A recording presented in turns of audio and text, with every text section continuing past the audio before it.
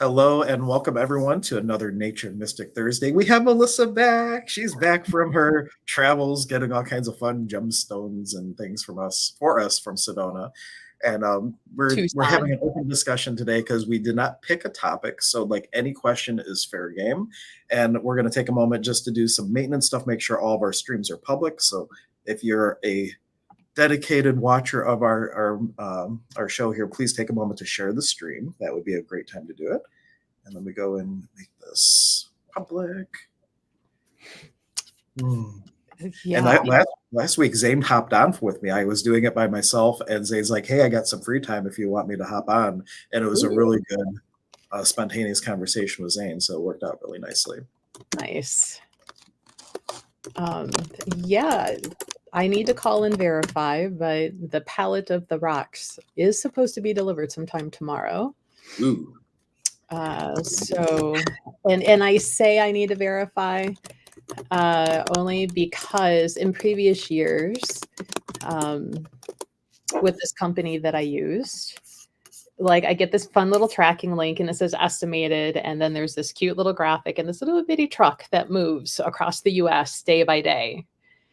And ever since they picked this pallet up on Friday, that truck has not moved. It says it's still sitting in Tucson. Uh-oh. So a phone call is being made. Like it says it's here tomorrow, but unless you guys have hyperwarp drive and maybe the guy forgot his phone, Yeah. Maybe. Yeah, Amy, I just updated that. Twitch never lets me update that until after we're live for some reason. So I can update the info, and as soon as we go live, it will automatically put the last description. It's weird. I don't know why it does that. So I just fixed it. Yeah.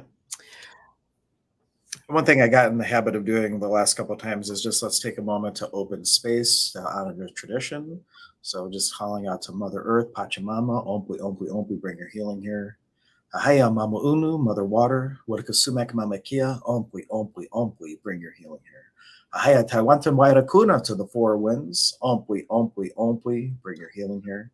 Ahaya Inti Taita, Father Son, Ompli, Ompli, Ompli, bring your healing here. Ahaya Quichi, Quichi Kuna, Ompli, Ompli, Ompli, to the rainbow, bring your healing here. And finally, Wirakocha, Ompli, Ompli, Ompli, to Creator, the container that holds it all, bring your healing here. All right, good to go. Woo-woo. So, and again, today is like open discussion. So we had nothing planned. We were just kind of touching base a little bit beforehand because Melissa did go to this huge gem show. And one thing, if you get into this tradition, like you can find your stones out in nature. Of course, my initial mesa was all stones I found in nature, but I switched some out, and there's things like my ancestor piece. Just as an example, I have this. I always forget what these are called. What is this? Yeah, those. This is like my ancestor stone, and there's like just sometimes there's stones that are just especially good for certain things. Like I have a Herkimer diamond that I use as my vision crystal. So if you're thinking about this tradition, you kind of had an idea of some of the stones that we may be using. Like maybe it's a good little ones to have on your mesa. Good morning, Anthony. Good day, fellow Paco Wakuchai. There's he. Cool picture too, by the way. I have that same hat. Fedora. You are not required to have that hat to be in the program. No, hats are fun. Yeah. There are a lot of traditions, though, where head coverings are a must, but this tradition, not so much. You wear what you want. What you feel I did read, like they have this one hat that has like these flaps that come down, and I read a book once. Well, let me preface it. I was reading this book and it felt really good. And then I had this dream, and the Pacos came to me in the dream, and they're like, we said that, we didn't say that, we said that, we didn't say that. And that I kind of confirmed with Zane, like the book I was reading, it was like something that happened overseas, and they had a translator, but the translator wasn't really all that knowing of Quechua. So there was a lot of gaps or like indulgences in the information. And the one in particular that stood out, they said, oh, when the shamans have the flaps down, that means they're on duty and you can approach them. But if they have their flaps up, that means they're on a break and you can't go up to them. And they're like, we didn't say that. And Zane confirmed about that. Yeah, right. It's just like, it's kind of fun though. That that you can, if you're really tuned in, you might be reading something like that and you'll get that information in a dream that, yeah, not quite really what we were saying there, but they were well intended, but that's not what we said. No, it means my ears are cold. Yeah, Or feeling a little warm today, so they're up. Really? Come on. right. Or that was true of one little Paco, and it's like not really a thing because each village really is different. Everybody does things differently. They might even call in the different nature spirits differently. Like if you live by the ocean, you'll call in Mama Cocha first instead of Pachamama, and that's Mhm. fine. In the four winds, they do Wiracocha where we do wind, and it's like a lot of different variations, but they don't make it a wrongness. They just look at, oh, you do it differently. Why is that? And then they say that the gold is in the difference, and they don't relate away. Well, you do it differently. They don't make it wrong, but if you do it the same, they don't take that for granted. So it's a thing where they really look at all the information and don't take anything for granted. Everything can stand on its own. Yes. So for new friends coming in, because I see the numbers kind of changing, it's a open question day, open format. Oh yeah, So if you've had any questions, if you've watched past videos and you're like, I want to know about, or you guys have an address, feel free. Questions, comments are welcome. So yeah, we're kind of at your mercy. What you want to ask about the shaman practice, the Paco shaman practice. yep. We don't know everything about all shaman practices, so But if we don't know something, we know someone that probably does. we might know somebody. We'll get back to you. We'll Yeah, take a and note. that somebody might be stalking comments right now. Knowing Zane, he probably is. Yeah, that's what happened. Like last time he came in about 15 minutes in, and then he saw, oh, he's by himself. Maybe he wants some company. And it turned into a really good conversation. And if you're new to this, Paco just means nature mystic. And in Peru, Paco Cuna, nature mystics. It's like plural. Cuna makes things plural, and it's the Zane's particular tradition, which is the Katari tradition of cross-cultural mysticism or shamanism, is a blending of different traditions from like the coastal regions and the mountain regions. It's like the Inkari tradition, the Westgar tradition, and several other lineages that is kind of put together and blended, and it's really beautiful. And Zane is also one. His original nonprofit was a Sokai Munai Ayu. Hopefully, I finally got the pronunciation right. And it was a thing dedicated to preserving, like as close to possible, like the original ways. So, like when you learn from Zane, you're getting as close to the unbroken tradition as you can. That being said, it's a living tradition. It changes for the times, and it is changing big time to meet where humanity is today. But it's a great foundational thing where you're getting a lot of like how it was back in the day up in the mountain before the Spanish came in for a little bit. Well, I think I kind of already answered the question. We talked about the origins of the path. Mhm. The origins of the path as we know it today, what the unbroken lineage, I forget the name, the anthropologist, but he was in Cusco and he's looking at one of these Caro that is down trading their cloth, and the type of cloth that they had, it was woven in a way that hadn't been done in a really long time, like one of those back looms. And they still make it this way today. And he talked to them, and it was a very old style Quechua. And he found these Caro that had come down from the mountains that went up and they were running from the Spanish, not running from the Spanish. They went up on the mountains because the Spanish with altitude sickness really couldn't go up that high, and it kind of got them away from all the things that were happening when the Spanish came in. And they would just come down every once in a while to trade their cloths, get their cocoa leaf, get their rice and potatoes and that type of thing. And once they realized that these villages existed, they went on an expedition and they kind of rediscovered this unbroken lineage. So like the Inca lineage was up in the mountains, and that is a big foundation for our practice. But then there's a whole bunch of other ones too. Like Zane's tour guide, when he went, he did a despacho, and he did it in such a way that his guide was so moved that his guide said, "Hey, I don't tell everybody this, but I'm a Paco." And he held a very particular lineage and became one of Zane's teachers. So that's just like two little parts of it. But Zane went from all different regions and things, and has different teachers from different areas of Peru, and that's where all this blending has come from. Oscar del Prado, yes, there we go. Thank you. I do not know names and faces that well. I forget them very easily. So I'm glad people are here to keep me on my toes. I am one of those like names, unless there's a face attached to it, I forget them. and they get jumbled. So I've at one point asked Zane, and if he's listening while doing what he does, it's like, can we get a family tree? He did it once. Who down? He's never drawn it out, but there's been times where we have some of his openings recorded that he really goes through. Like when we do Quichi, the rainbow, after that, there's like the space where you call in all these different things, including the lineage, and he'll name all the teachers, and there's like this huge list. Yeah, that's why I want a tree. You could just be like, "Wilken nun Paco Ayu," like the sacred soul hoop of Pacos. You could do maybe. I think that would be my broken Quechua way of saying, and all the lineage people. It's intention that drives it anyway. My Zane and his gang is how we're going to. Zane and his gang. That I like. And I call Zane in when I do openings. I'll say Don Zano, because we have this idea that you don't have to be in spirit. You don't have to have lost your body to be able to be called upon. There's like a I don't want to. I believe Zane has used the word shadow. It's like a shadow aspect, or it's a part of your consciousness that you can call upon, and you may consciously be aware of it or not, but you can call Zane, or I could call on Tony. There was one time where a client had something going on, and I'm like, I don't have the medicine for this, but I know Casey does. And I tapped in and I call it, hey, Hatanuma Casey, like hire yourself a Casey, and brought him in, and just like kind of blacked out for a little bit. And it worked out just fine. And Casey had done the same thing. He had some technology thing that he had to do for a website, had no clue how to do it, and did the same thing. And like he comes through, and like whatever it was done, but he didn't remember it.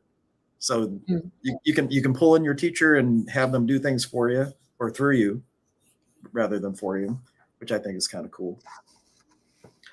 And it doesn't necessarily have to be people in this tradition. So if you have teachers like a Reiki teacher or some other type of teacher, you can call them in at that point too. So, which I have done. So, I mean, this is such a flexible tradition that you can honor anybody and everybody, all parts of you, and who and where you've learned them from. As people get comfortable with everything, when we do the openings and things, everybody's doing their own, and you just hear this overlapping of all these Pachamama, Sachamama, and like all these different things. And when you get to Quichi, everybody's doing their own jam and calling in their guides, their angels, their teachers, their Pacarinas and Ituapus, with the like your godparents, the masculine and feminine nature spirits of your place of emergence. And everybody's just doing their own thing. It feels a little chaotic. That's when Melissa kind of is like, I kind of want to run out of the room right now. That's more when it's like, especially if there's a lot of different rattles and things going on. Yeah, that little bit of like kuichi, isn't horrid, because most people are doing that kind of quietly to themselves. They're not yelling it into the room. It's when we get into the rhythm and the drumming and everything else, and everybody's doing their own thing. I'm like, no, me, myself, and I, we're going to leave the chaotic, noisy room. And go where it is much quieter. So let us know, guys. And Tony, thank you for the questions and the nudging of giving us some place to go with our conversation. But if you have questions or comments, and it really can be about anything. If you have a question about something going on in your life, chances are we can answer with something relevant from this tradition, or anything else for that matter. There's always ways to weave it back and bring it back to the Paco Kuna tradition. Yeah, if you're a student thinking of taking it, and maybe you're a little nervous or you want to know about something, feel free to ask. I mean, I still get excited every time we're getting ready to do it. I get to add another binder to the library that is Zane's knowledge. I get a different colored folder or binder each year, so I can kind of remember which year was what and what we learned in what order. And a couple streams ago, if you want to hear like Zane's story, at least you get part of it. Every time I hear a story, it's a little different, and he goes over different parts. But we have a whole stream where Zane kind of talked about how he was called to the tradition through a little bit of things coming through him in dreams and following the energy to find a particular healing technique. And all that is in a stream. It's also in his book. Zane is the author of Inka Mountain Magic. We should have a copy of his book so we can show it right now, but we don't. But do you? Oh, look. Very good. Maybe. But he's the author of Inka Mountain Magic. And that's Oh, I was please. to teach on chunky You mean stones. this one? This one right There here? you go. There it is. Inka Mountain Magic. Because I do carry copies in the store. Saying, you have copies, right? I have signed copies even if people want a signed So copy. yeah, so Inka Mountain Magic, we got it. It's on our website, goddesselite.com. Yep. Mine's a little beat up, and I don't like that as a book owner.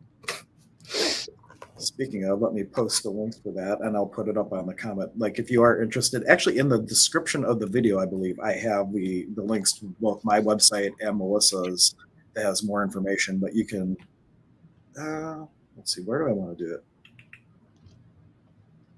And honestly, it's a good, easy read. You're not going to be overwhelmed. He's not talking down to you. In a way, it's almost like you're listening to him talk, but like you're having a conversation just in written form with him and how he explains. So he did a really good job of explaining in depth without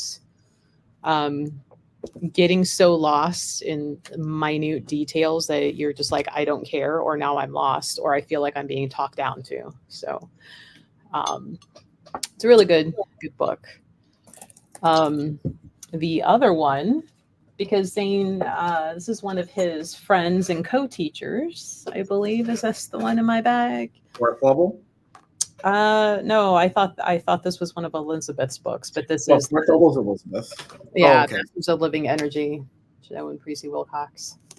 Yeah, but that is another one. Like, a lot of the same teachers, not all the same teachers, but Elizabeth Jenkins is one of his sisters on the path, and she wrote a book called The Fourth Level. And it's interesting because it's like, you kind of get a few different nuances having a masculine teacher versus feminine, and just more information. And all the books are good. I encourage, if you take the program or not, like, dive into some of the books, especially Zane's, because it's very practical. And my favorite is in the back. It has a glossary and it has all the Quechua terms, because if you are like me, you just love the language. All right. And I did post Zane has, I think it hasn't started yet. Maybe I should go to the website and find out. In fact, I will do that. He has a 2-week taster class for $47. And the big thing that he has talked about is that this class stands on its own. It's not like giving you a little information and then to make use of it, you have to go forward. If you choose it, whatever you learn in that information stands on its own, even if you take nothing else. And that's at a 2-week class, and it's $47. And I posted it, and now I'm on the site to see when it actually starts. It's the enrollment closes in 5 hours and 14 minutes. So I guess today is it. If you want to do that, it probably starts tomorrow, because this is the last day to start sign up. So no pressure. This is one that you can take from wherever. So, yeah. And if because of a time difference you can't be live with them, you can watch at a later time. One thing I did find, just a little side note, in this book, there are a lot of pictures, and since we mentioned Del Prado, like if you ever want to see what he looks like, that's him. And the author of this book is here. And then all of the little Pacos he was talking to and learning from. So you can get faces and, see genuinely who the teachers were passing down this tradition. And this one, I will say, she goes into a pretty good, because it's almost interview style with these Pacos of how and why and what we do and why we do and the understanding of it.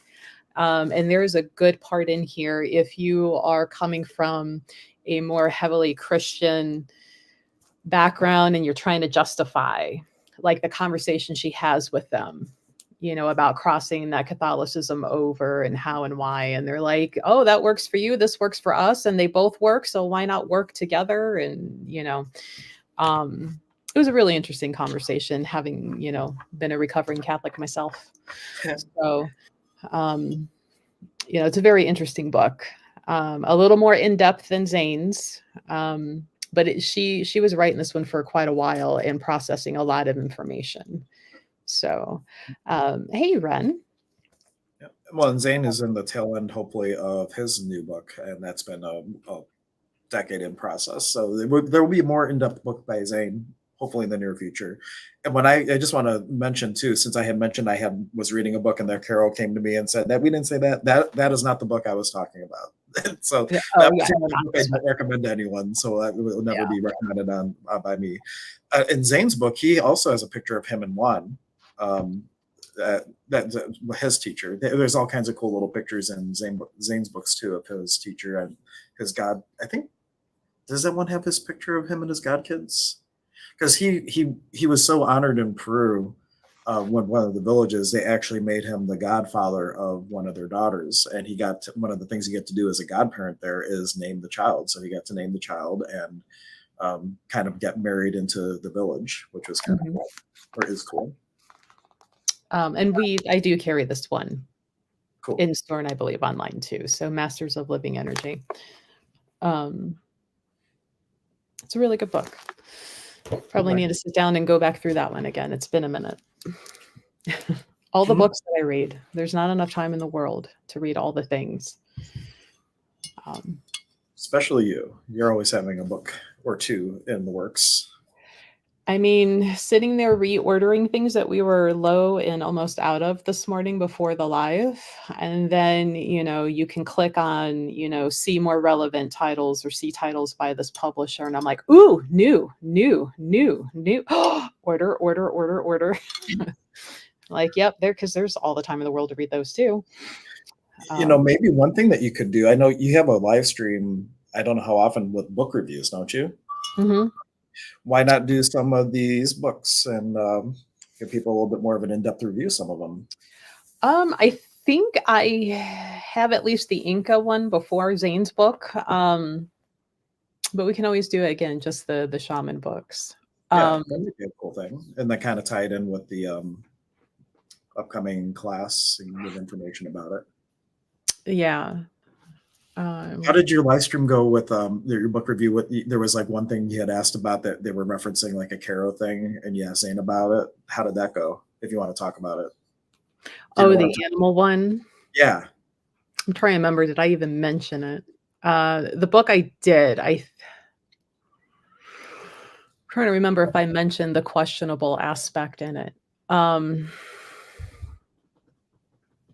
I may have skipped that animal or that paragraph about that said animal just because I was like, I don't know how I feel about that one to talk about it in a positive way. So we'll just gloss over that part. I'd actually have to go back and watch it on YouTube. Um, hey, Sean.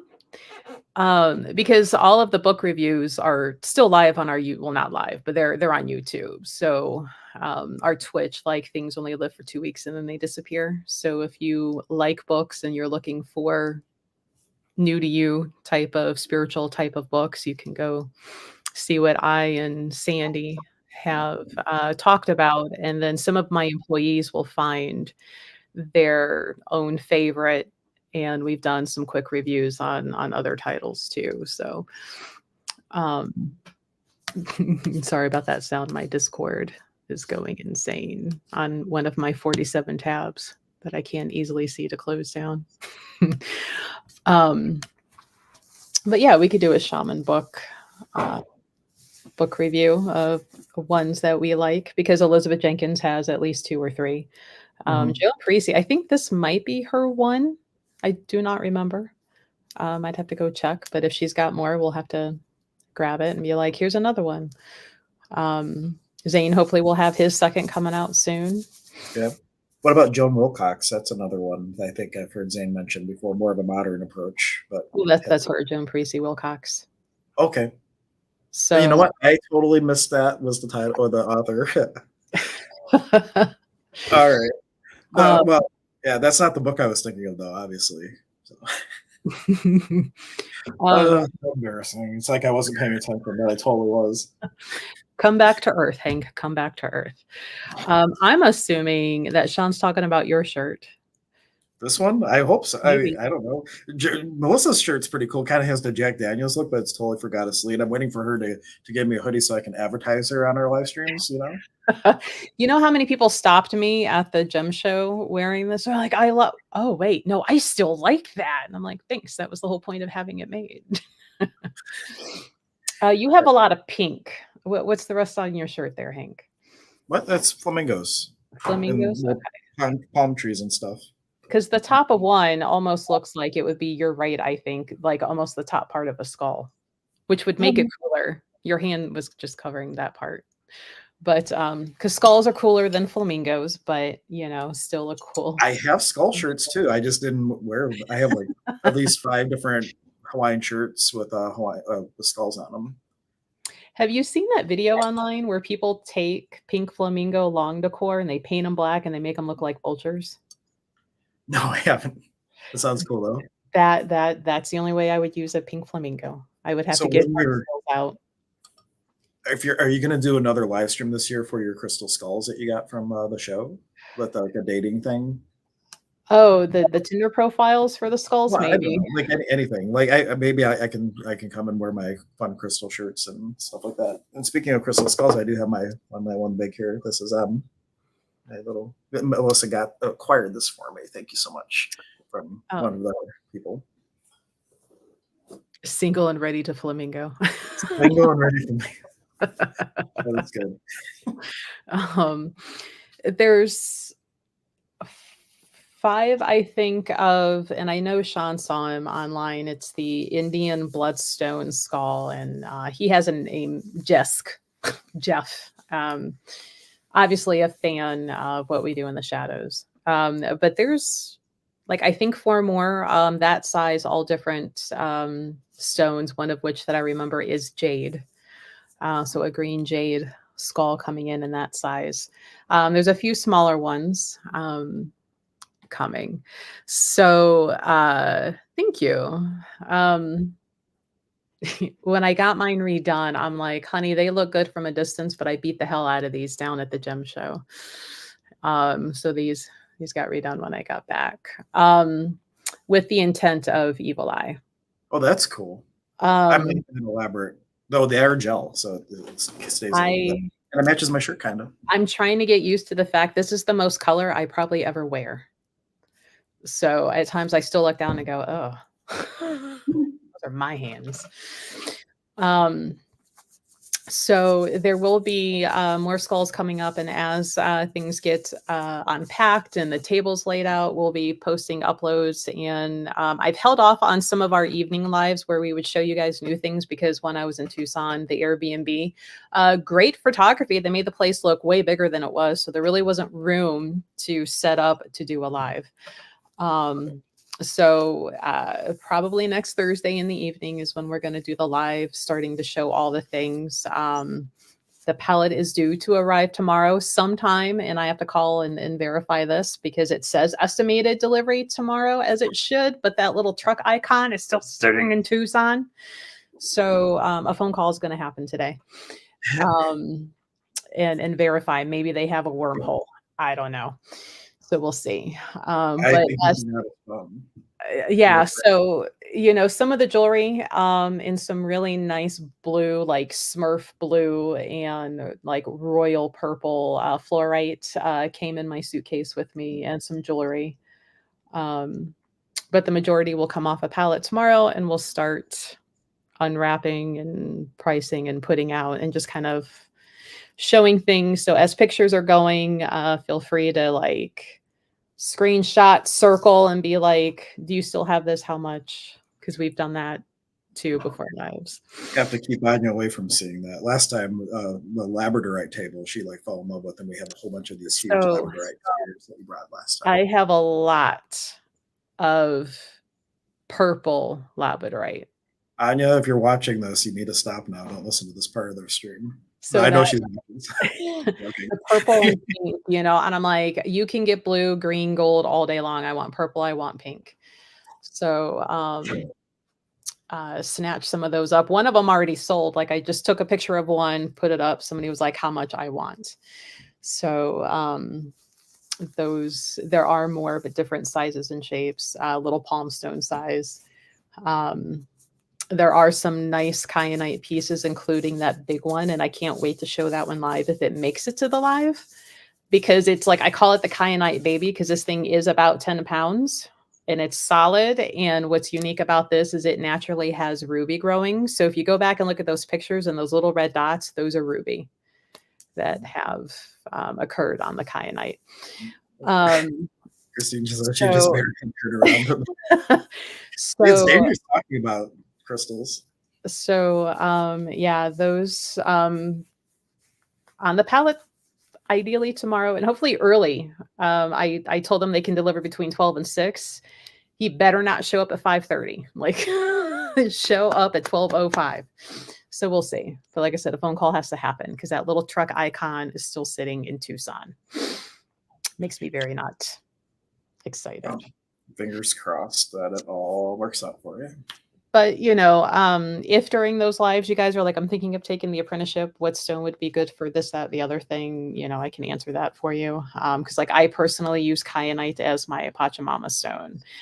And like my ancestor serpent stone is stromatolite because it's the oldest type of carbon on Earth ever. So for me, that's fitting for ancestor, right? So and that being said, you also can just find your stones in nature. That's how my original mesa was built, and then over time it turned into something else. And then I have more than one mesa, and you'll if you get into this, like there's some people that have 3 mesas, but you can make it as complex or as simple as you'd like. Yeah. I have 2. Well, I have 1. The store has 1. So I am the keeper and then the maintenance person for the store's mesa.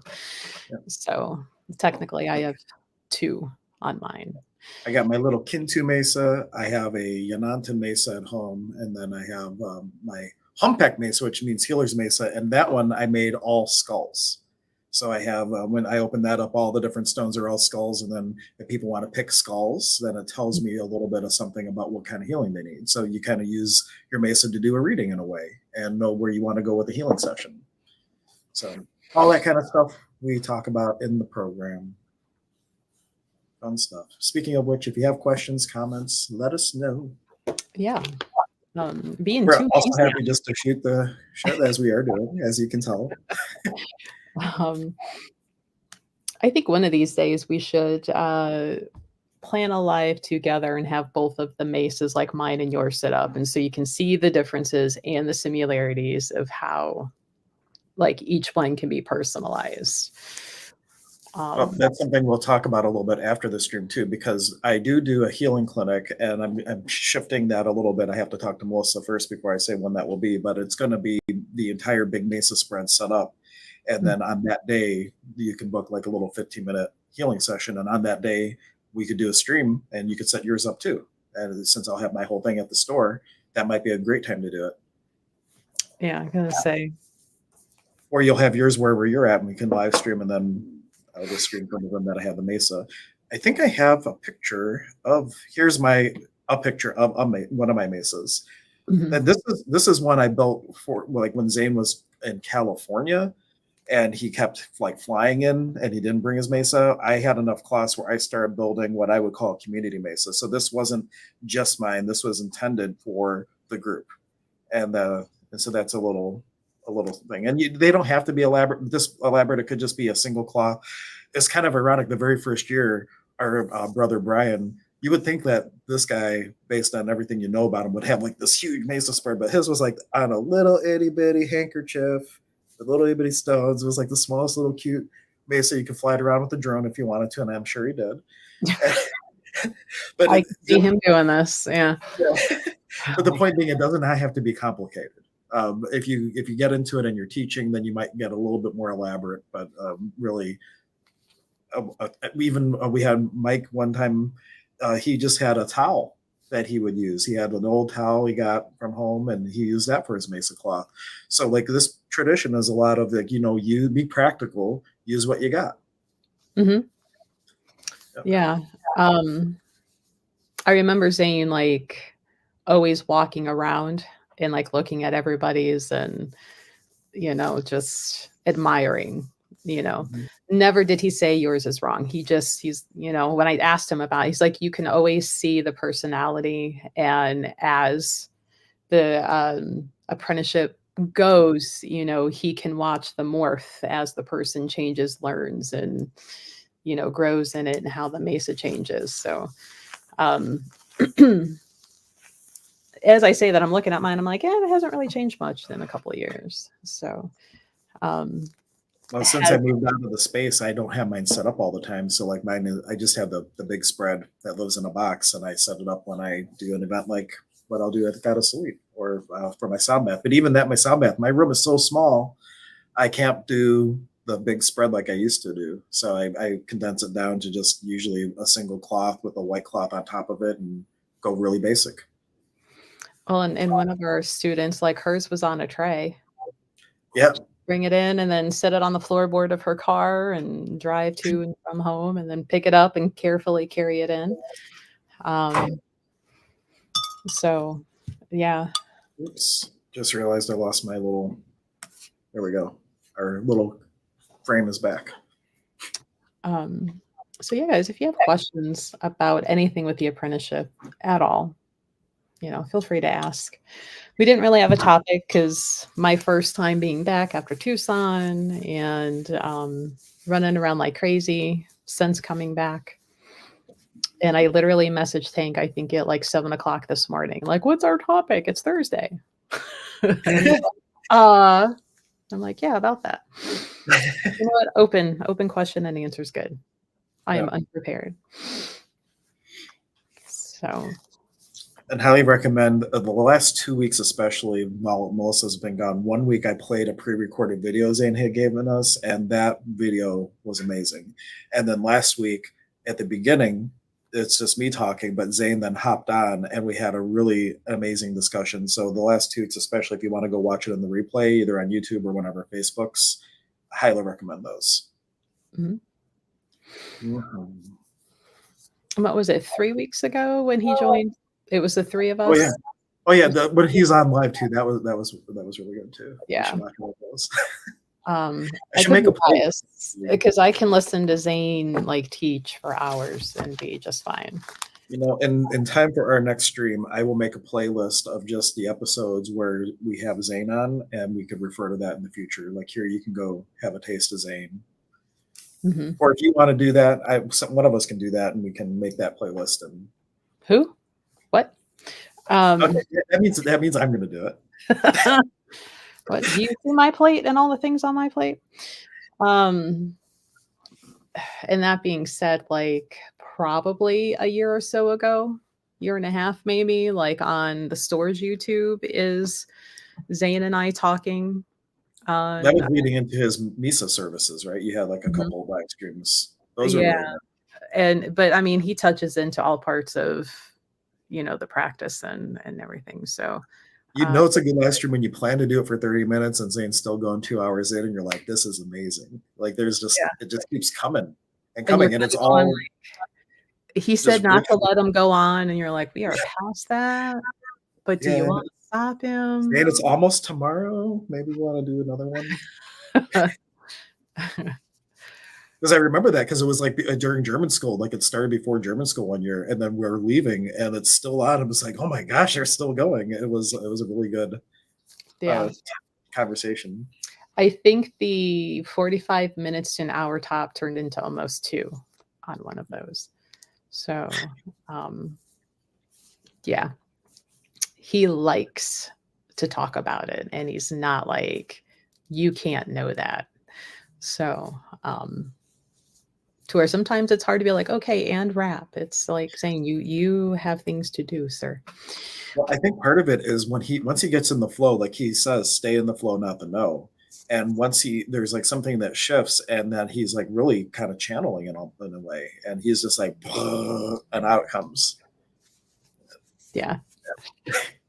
Well, any final questions, guys? Yeah. I mean, we can still say them, but it's kind of quiet, so I mean, we don't want to force you to hear us talk about nothing. So we'll just say questions if you have a question or comment. Otherwise, we'll wrap up a little bit early here. And discuss the change on your schedule that you've hinted at. Surprise. Yep. Surprise for you, surprise for me. See what I come back to? All sorts of change. Yeah. I didn't mean I was going to talk to you, and then like you noticed ahead of time, and you're like, "Hey, what's up with that?" I'm like, "Oh, I was going to talk to you after the stream, but like we can talk a little bit before the stream." Right. But yeah, if nobody has any more questions, we'll go ahead and start wrapping up. Mhm. and get ready for the day. Now, this is the part where we say Hank is local, but he is Zoom today, not in Yes. the store. Yes. Hence, Part of one of that the is my surprise. computer has a boo-boo and it cannot move, and so it's stuck here at my office. If I'm not at my office, I cannot work on anything now, which is good in a way because I was doing a lot of stuff from home and I would get dirty looks like you should be like paying attention to the kids or something. But now I only work when I'm at the office currently, so which is a good thing. It's a good change. I take it as a blessing, even though I'm annoyed that my laptop can't close or be moved at the moment until I get it fixed. Should have got a Mac. Well, my computer had a physical injury, and it's a long story, but it resulted in it falling off of a table, not due to my action, due to somebody else's, and like it broke like the corner. So here's like a piece of my little hinge, right? And then over time it was fine, but then one day it just broke, and all of a sudden, unless if I touch the computer too much, the monitor doesn't work, and so I need to get it fixed. But like in the meantime, like I'm afraid to move it at all, and then not be able to do anything. So yeah, so it's a bittersweet thing. This is what happens when you're left unsupervised. So, about that. Yeah, and I mean, it was over a year that that happened. It was like because it happened at the German PTA meeting, so it wasn't this year; it was the year before. So it was over a year and a month, a year and a couple months since the original injury. It just got progressively worse, I guess, and then all of a sudden it's just like, meh. It is tired of hanging in there. Right. Oh, Well, I will go ahead and close space. Last call for questions as I do that. Iari Pachamama, Nike Kawaiki Pachamama, Nike Kawaiki Mama Unu, Mama Kia, Nike, Nike, Nike, Nike Kawaiki Taiwantan Wairakuna, Nike, Nike, Nike, Nike Kawaiki Inti Taita, Nike, Nike, Nike. Ahaya, Kuichi Kuna, Nike Kawaiki, Iari Urakocha, Nike, Nike, Nike, Arpichai Sonkolai. Very good. I am. And you can push the button when you're ready because we found out that if we both push the button to end the stream at the same time, it boots people out. And so that's always interesting. Yeah, massive like. I always thought Melissa was just in a hurry and she was hanging up on me, but I threw her out of the studio. But there was weeks I thought I was like, wow, Melissa, she doesn't want to talk anymore after the stream. Tired of looking at your face, Hank. Bye. No, go fitting end stream. Oh, I just thought you were like in a hurry and being a little rude. I didn't realize it was a tech thing. Yeah, no. Where did you tell me? Let me figure that out after a month of thinking I was getting hung up on. Well, thanks for joining, guys. We will be back next week, same time, same channel, whatever you might be watching on. With a topic this time. Yes. So we look forward to seeing you guys all next week. All right. Bye, guys. Bye, guys.